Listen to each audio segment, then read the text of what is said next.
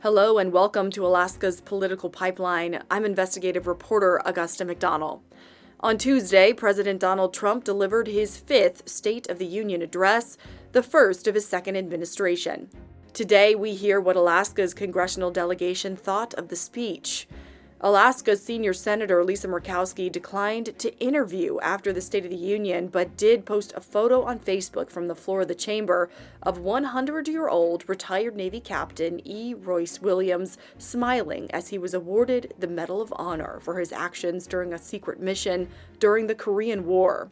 Murkowski saying on the post, quote, "Best part of the SOTU was seeing so many American heroes honored." Spokespeople for Representative Nick Begich released a statement Wednesday about the speech, saying in part, quote, "Thanks to America First leadership, inflation is easing, energy production is rising, our border is secure, and our military is respected around the world." Also acknowledging that work still needs to be done to lower costs for American consumers. Senator Dan Sullivan, who's running for re-election this November, was the only member of the delegation to speak with us last night, and he had similar remarks as the president, repeating the theme of his re-election campaign: Alaska is coming back. Here's my conversation with Senator Dan Sullivan. Get into it. So first, Senator Sullivan, what is your, you just walked out of the address. What is your reaction to the president's speech tonight? Well, I like the speech, Augusta, because it was about American revival. As a matter of fact, the first line was, "America is back." And I think all Americans, all Alaskans like a comeback. It's about a revival, and it's coming back from adversity. It's coming back from policies that I don't think made sense. So he talked a lot about securing the border and the previous policies of the Biden administration that harmed our nation with 11 million illegals coming in. He talked about the revival of American energy, which of course for our state is super important. He talked about the revival, really important, of the military. You know, a lot of people don't know our military the last couple of years was going through a crisis because our recruiting numbers were horrible. We were missing recruiting numbers in the Army and the Navy by tens of thousands of young men and women who weren't volunteering. So he talked about that revival. But here's the thing that I think made the speech special. It wasn't just our nation overcoming adversity and our nation's comeback. It was about individuals, heroic individuals overcoming adversity in a heroic way. Of course, the two Medal of Honor winners at the end there, that was just incredible. Both aviators, the chief warrant officer who led that mission in Venezuela. I was briefed on that a number after the mission. It was incredible what this guy did. Shot in the leg 4 times, landed his helicopter. He's the flight lead with incredibly precious cargo on the back, all the troops. And then Captain Royce Williams, who I had put forward legislation to actually get him the Medal of Honor. This is the Korean War veteran, the naval aviator. I've met him. I've had lunch with him. What he did was amazing. Shot down 4 MiGs in a dogfight during the Korean War in 1952. And then he was told to keep it secret for almost a half a century. And you saw him, he's turning 100 years old. Again, these are American heroes, let alone our hockey team. Both the men and women's were recognized, overcoming adversity. And by the way, this is what's happening in Alaska. You know, I talk a lot about the Alaska comeback for similar reasons. The Alaska comeback as it relates to American energy. The Alaska comeback as it relates to rebuilding our military. So the themes tonight, I thought were themes that Americans could agree on and celebrate. And then, of course, I think getting our country ready for the 250th anniversary of the founding of our great nation, that's something we're all excited about. He talked a lot about the frontier spirit, which we, of course, still have very much in our great state. So overall, this idea of the American comeback, both as a country, but also as individuals, overcoming adversity, it was moving, and I thought it was very powerful. The president tonight focused a lot of the first hour of his address on the economy and really kind of painting the United States in a golden moment, highlighting, like you said, a lot of strong characters in the room, heroic figures, and painting an overall general positive picture of the State of the Union at this time.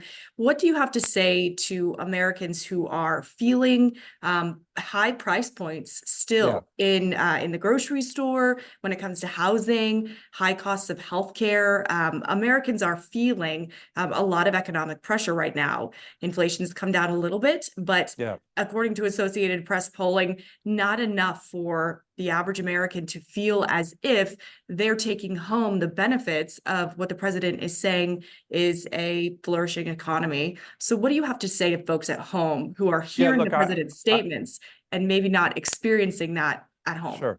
I think you're actually asking a really important question because there are still a lot of Alaskans and a lot of Americans who are suffering through high prices, through uncertainty.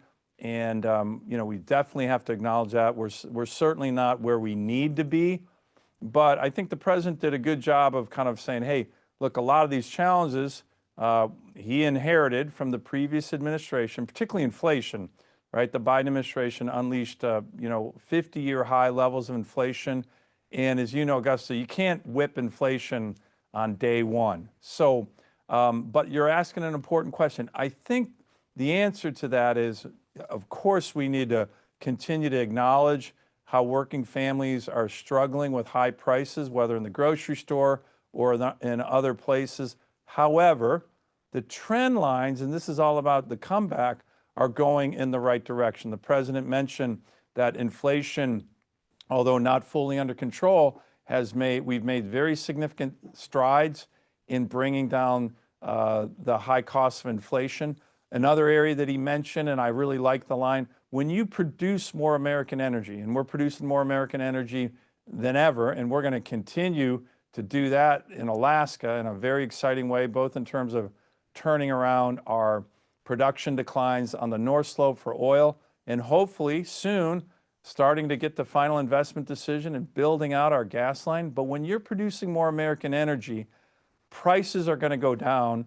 Prices are very significantly down in terms of energy, and that ripples through the entire economy, whether at the gas pump or in other ways. And the president said it, hey, when you have a dramatic energy reductions, it's like a giant tax cut. And I think Alaskans are starting to see that. I think the prices at the pump are down about 25% from the Biden years, so that is important. But also what he talked about, and I think Americans are going to start seeing this, the tax cuts that we had in the Working Families Tax Cuts Act are now going to start showing up in working families' pocketbooks and checkbooks. He talked about no taxes on tips. He talked about no taxes on overtime. Small businesses are getting significant tax breaks for incentives. These are retroactive from last year. So I think Alaskans are going to start seeing a lot more money in their pocketbooks, especially not just working families, but our seniors. The president didn't mention this, but our seniors are getting a $6,000 tax break individually. So that's going to be very important, $12,000 per couple. And then finally, another one that I've been working with the administration on in terms of health care. We certainly have challenges. Obamacare has not been affordable for anybody, but the bringing down of prescription drug prices that they are undertaking, that we're working on in the Congress, these are giant reductions for healthcare costs that we've been trying to achieve for decades. So those are all areas that are really important: drug prices, energy, more tax benefits in people's pockets for working families and our seniors. But you're right, we're not there yet, and we need to continue the positive trajectory. Thank you, Senator. And as you were talking about, another big topic of tonight was about immigration. Of course, when the president entered office a little more than a year ago, some of his first big actions were to address the immigration issues that he saw. And I want to go back to a local Alaska immigration question from about a week ago when you were giving your address at the legislature. Even there was, I'm curious what you think of. So we have this enhancement and a lot of money going toward immigration and customs enforcement right now. The budget's still, being addressed, but a lot of energy going into ramping up an otherwise slow moving system. The immigration courts have not historically been a very fast moving process for anybody, for the immigration attorneys, for the enforcement agencies, for immigrants. And in the past week, we saw a family in Soldotna that had missed an immigration court hearing, had otherwise, the mom told me, had a very positive experience of coming to the United States. She was fleeing Jalisco, of all places, which just popped off over the weekend. She fled Jalisco with her boys, declared herself at the border, worked 3 years in Alaska, and then missed an immigration hearing, and then was detained and deported within about 36 hours back to Tijuana. And now she's in Jalisco again on lockdown with her two kids. One of whom is a 5-year-old, which from what I can understand is the first time like a child has been detained in an immigration case and deported, not just deported because of a family that was kept together and the parent chose to take them. So it's just an interesting moment as a ton of money is going into the way that we address immigration in the United States. Are you okay? Or what is your perception at this point of actions that aren't necessarily affecting criminals, and are affecting some otherwise pretty harmless community members in terms of, they didn't have a criminal record. And I think there's a lot, Americans have a big question mark about this. This is a new era of immigration, and I would like to know what you think about it. Yeah, I'll tell you this, to answer your question more broadly, Americans don't have any question about what the president just did, which was to secure the border. Remember, Joe Biden had a wide open border policy. 11 million illegals came in. Many of them were violent criminals. The organizations that move humans are the same people that move fentanyl. So this was a humanitarian, national security, and drug overdose nightmare for the country. One of the biggest issues I've heard as Alaska's senator during the 4 years of Biden, even in small Alaska Native villages, was we have to secure the border. Why? Because fentanyl was flooding into our state in ways that were still kill hundreds of young Alaskans, right? So the president and the Congress, through the Working Families Tax Cuts Act, we have worked together to secure the border. That's what the American people want. You heard the president say the border is 100% secure. There has not been one illegal that's come in, illegal criminal in the last 9 months. That's what the American people want. You saw the president's numbers about the fentanyl being down over 50%. That is enormously important for Alaskans. Last year, the last 3 years, Augusta, we've had the highest fentanyl overdose rates in the country in Alaska. Last year, over 400 young people, and there are young people, died of fentanyl overdoses. I was glad when the president said he declared fentanyl a weapon of mass destruction. We have some great young moms. Sandy Snodgrass is one who I've worked closely with, who pressed the president to do that because she lost her young son from a fentanyl overdose. So securing the border and stopping the flood of fentanyl into our country is something I think was 100% necessary, something that Alaskans fully support. So that's number one. Number two, in the Working Families Tax Cuts Act, we did get significant funding, almost $100 billion, not just for the border wall, but for the things that you just talked about. Detention facilities, administrative law judges, facilities that can enhance the ability to deport illegal criminals. You are right that our federal government lacked that overall capacity to do that on a timely and in a fair manner. So the bill that we passed, that the president talks about that, I think is going to make significant strides. Again, from a previous administration that said, hey, 11 million illegals coming in with a fully open border. I went down to the border. I watched in the middle of the night the flood of humanity that they just let into the country. It was an outrage, and thousands of Americans were victimized by that. To the answer to your individual question, look, there's always going to be challenging individual questions. My team is still looking into that case that you mentioned in Soldotna. We raise it with very high levels at the Department of Homeland Security. The facts, as I understand them, is that that individual was here illegally and she missed her a deportation hearing, and the judge ordered a deportation after she missed the hearing. So at that juncture, law enforcement doesn't really have a choice because the judge said the hearing was missed, the opportunity to present the case was missed, and therefore this individual needs to be deported. And so that was the ruling actually from a judge. But look, we're still looking into it. We're still looking into the issue of one of the children.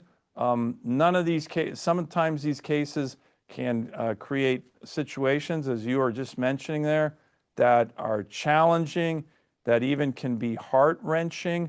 So we recognize that. But the overall direction of where our country has come, and this goes back to my theme of the comeback for our country, overcoming adversity, there is no doubt that America went through enormous adversity by having a wide open border that flooded our country with fentanyl and illegal immigrants. You saw a number of people the president recognized today were American citizens who were killed by people who had no business being in this country. That is not happening nearly as much. And I think that overall trend for the country is something welcomed enormously by Alaskans, by Americans, to have a secure border, safer communities. And I think that was an important theme that we were talking about tonight. Hey, Augusta, we gotta go. It's been a while. Sorry. Did I hear one more flag? What's that? Go ahead. One quick one, Augusta.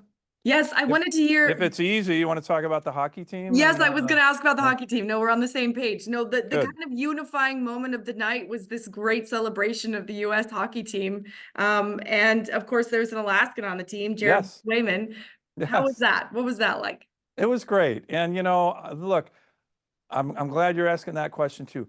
When they came out and showed their gold medals and were just smiling, the whole audience, the whole Congress, everybody on both sides of the aisle erupted in joy. You know, that's again comeback, right? That was a wonderful hockey team. I'm really glad the president also highlighted the women's hockey team, Team USA on the women's side. They had a similar comeback. Both of our gold medals were won in overtime by, you know, these are young Americans who have worked really, really hard their whole lives. I would say that was unifying. And to see two people, one a young chief warrant officer who just is still recovering from 5 gunshot wounds to his leg and his hip, and then a 100-year-old Navy captain, naval aviator, both received the Medal of Honor at the same ceremony for incredibly heroic activity. That was also very unifying. So you saw in all of those examples American heroism on display that I think was very unifying for everybody tonight, and just left everybody with a really good feeling, especially because the gold medal team came out at the beginning, and the 2 Medal of Honor recipients were what wrapped up the whole evening. So it's great to see American heroes, and we saw some really incredible ones tonight. I'll never forget that. All right. Well, thank you Okay. so much again Thanks, for your Augusta. time. You Appreciate guys, it. Thanks for staying up late. I don't know. Well, I guess it's not late back home. You're the one staying up late. Yeah, Yeah, it's we're not even still- my bedtime yet. But yeah, thanks for everything. Okay, You guys thank travel you. safe tonight. Bye. Thank you for listening to Alaska's Political Pipeline. If you liked what you heard, consider rating the podcast and giving us a follow. We'll be back in your feeds next week, but until then, please take care.